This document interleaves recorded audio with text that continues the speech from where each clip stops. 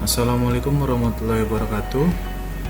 Baik, di sini saya akan mentutorialkan dalam pembuatan topologi dan konfigurasi melalui Cisco Packet Tracer berdasarkan soal UKK TKJ 2024. Ya, seperti inilah gambaran topologi yang ada di soal. Ya, langsung saja kita menuju ke software Cisco Packet Tracer. Akan kita desain terlebih dahulu topologinya. Sini ada jaringan lokal menggunakan switch, kemudian ada router. Setelah itu meneruskan ke jaringan wireless. Ya, kita buat untuk klien wirelessnya. Di sini kita menggunakan smartphone. Kemudian untuk USB, anggap saja ini USB. Setelah itu kita hubungkan ya, dari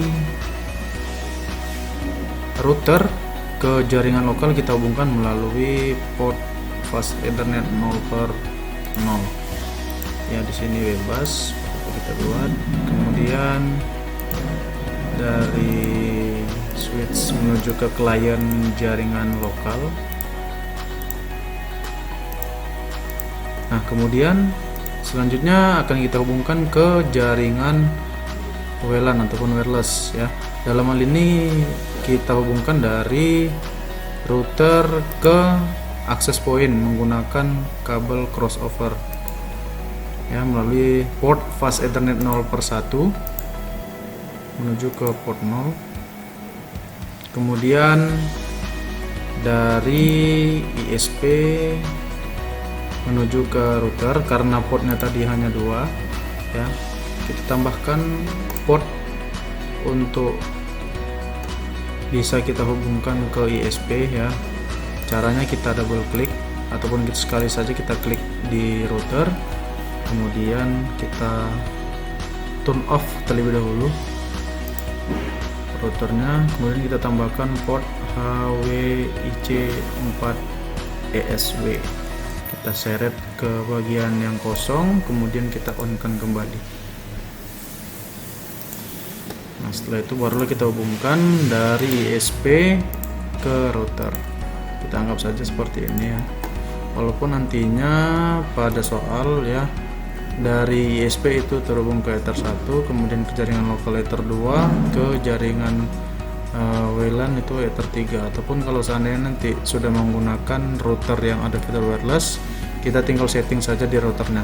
Ether 3 nya tidak perlu kita pakai untuk menuju ke access point. Oke ya, setelah kita hubungkan semua ya, saya coba rapikan terlebih dahulu.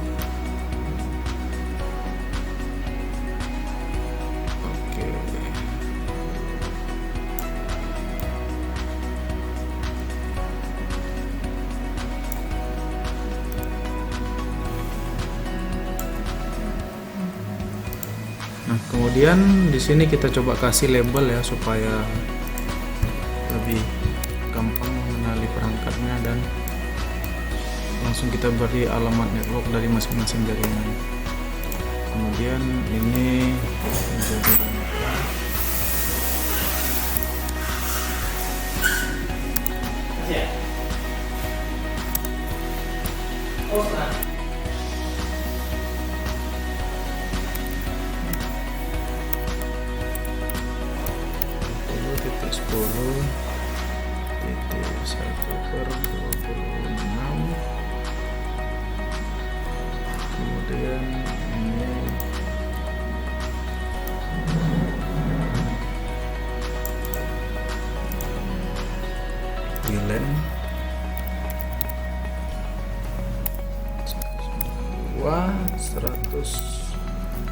VLAN 10 di sini adalah nomor absen ya. Jadi nanti bisa kalian sesuaikan dengan nomor absen kalian masing-masing.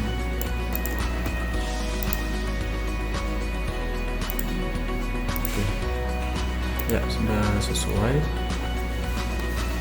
Selanjutnya kita kita beri nama di masing-masing jaringannya supaya lebih mudah nanti kita pahami. Jaringan LAN, kemudian di sini wireless.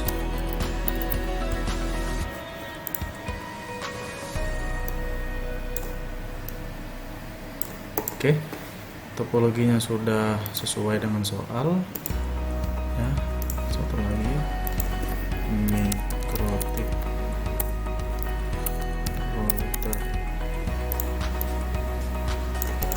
Oke ya, sudah sesuai dengan soal topologinya. Selanjutnya kita akan konfigurasikan ya bagaimana setiap klien pada masing-masing jaringan mendapatkan IP secara dynamic. Jadi untuk langkah pertama ini saya coba mentutorialkan cara konfigurasi DHCP ya, supaya klien di masing-masing jaringan mendapatkan IP secara otomatis dari server. Oke, yang pertama kita masuk ke router, kemudian kita perhatikan ya di port yang terhubung ke jaringan LAN. Di sini ada fast Ethernet 0/0. Yang terhubung ke jaringan wireless itu 0/1 ya. Kita coba masuk ke jaringan LAN terlebih dahulu, fast Ethernet 0/0. Kita on kan terlebih dahulu, kemudian kita konfigurasi IP nya sesuai dengan yang sudah kita tuliskan tadi, 50.10.1/26 ya, artinya per 26 nya langsung kita ubah ke subnet mask 192.255.255.255.192. Oke, di sini sudah mulai hijau ya lampu indikatornya yang terhubung ke jaringan LAN. Kemudian selanjutnya kita konfigurasikan juga untuk jaringan wireless ya melalui fast Ethernet 0/1. Nah, di sini ada fast Ethernet 0/1, langsung kita klik, kemudian kita on kan. Kita masukkan kembali alamat IP yang kita tulis tadi, 100.10.1/27, artinya masnya 255.255.254. Oke ya, sudah mulai hijau lampu indikatornya. Nah, kemudian untuk yang port yang terhubung ke ISP di sini melalui fast Ethernet 0/1/0. Ini tidak jadi masalah ya, kita on kan saja supaya lebih enak dipandang dan lampu indikatornya berubah jadi hijau. Ini tidak berpengaruh sama sekali. Oke, ketiga-tiganya sudah kita konfigurasikan dari router, kemudian kita konfigurasi DHCP servernya melalui CLI ya. Yang pertama kita coba konfigurasikan jaringan LAN terlebih dahulu ya. Kita masuk ke interface fast Ethernet 0/0 karena ini yang terhubung ke jaringan LAN ataupun jaringan lokal. Kemudian selanjutnya IP DHCP pool LAN ya, IP DHCP pool LAN ini untuk memberikan nama ke jaringan lokalnya. Kemudian kita masukkan default router 192.50.10.1 ya. Ini kita masukkan gateway dari jaringan lokal tadi. Setelah itu network 192.50.10.0, kemudian subnet masknya 255.255.192 karena menggunakan prefix per 26. Oke, kemudian DNS server kita isikan saja gateway dari jaringan LAN tadi 192.50.10.1. Selesai, kita coba cek ya di jaringan LAN apakah kliennya sudah berhasil mendapatkan IP secara otomatis ya. Kita klik salah satu dari kliennya, desktop, IP, kemudian kita klik DHCP. Oke, sudah berhasil ya mendapatkan IP address. secara dynamic, client 2 juga seperti itu. Oke, berhasil. Selanjutnya kita coba konfigurasikan IP secara dynamicnya di jaringan wireless. Kita masuk kembali ke router, kemudian kita pindah ke port fast ethernet 0/1. Oke, fast ethernet 0/1. Nah, kemudian caranya sama ya seperti tadi, IP DHCP wireless, enter, kemudian default router. Oke, saya kasih tahu cara simple kalau seandainya kalian sedikit malas untuk mengetik ya, ketikkan saja default kemudian tekan tab. Nah, secara otomatis dia akan muncul default router tertulis secara otomatis dari sistem. Kemudian masukkan network ataupun gateway ya dari jaringan WLAN tadi 100.10.1, enter. Kemudian network ya, tadi setelah net saya tekan tombol tab langsung otomatis terketikkan network. Kita masukkan 100.10.0, kemudian subnet busnya per 27, artinya 24. Oke, setelah itu enter. Kemudian yang terakhir DNS server ya, 192.100. Ini masukkan saja gateway dari jaringan wireless tadi 100.10.1, kemudian exit. Oke, selesai. Sekarang kita coba melalui klien di jaringan wireless ya, melalui smartphone, kemudian desktop. IP ya, sudah mendapatkan IP secara otomatis. Klien yang satu lagi ya, sudah mendapatkan. Oke ya, jadi keduanya sudah mendapatkan IP secara dynamic.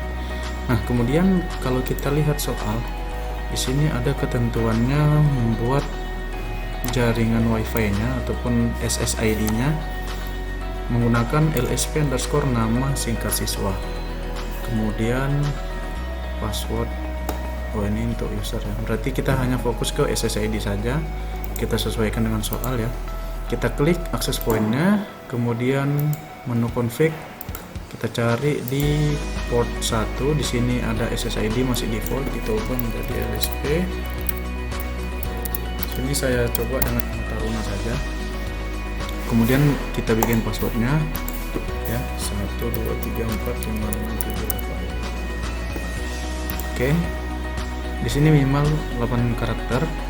Setelah itu berhasil ya, kita exit. Nah, di sini perangkat secara otomatis terputus ya, karena kita sudah membuat password di jaringan wireless kita. Kita sambungkan secara manual. Kita klik perangkatnya, kemudian config wireless ya, SSID kita masukkan nama yang tadi LSP Taruna, kemudian WPA2 PSK ini kita masukkan 1234567 sesuai dengan yang kita config di akses point tadi. Kita lihat, oke, sudah terhubung. Yang satu lagi juga sama seperti itu, SSID nya kita ubah LSP Taruna, passwordnya 1 sampai 8.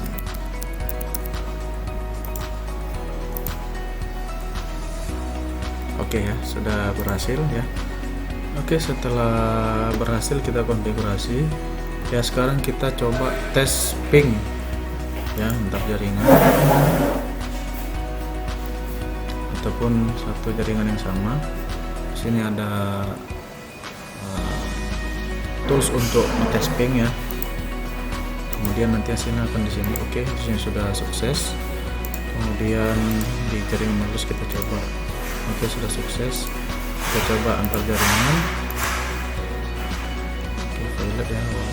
Kita coba lagi. Oke, sukses. Nah, kalau sudah, artinya konfigurasi kita sudah berhasil. Nah, jadi seperti inilah perkiraan gambar ataupun yang tugas yang harus kalian selesaikan untuk konfigurasi serta perancangan topologi di Cisco Packet Tracer ya. Nah, untuk langkah konfigurasinya bisa melalui konfigurasi CLI, bisa juga melalui GUI ya. Nah, kalau seandainya melalui GUI bagaimana? Kalau seandainya kalian tidak ingin konfigurasinya secara DHCP ya melalui CLI tadi, bisa juga kalian buat secara statis ya melalui IP configuration, kemudian static. Nah, ini kita isikan IP secara manual seperti biasa.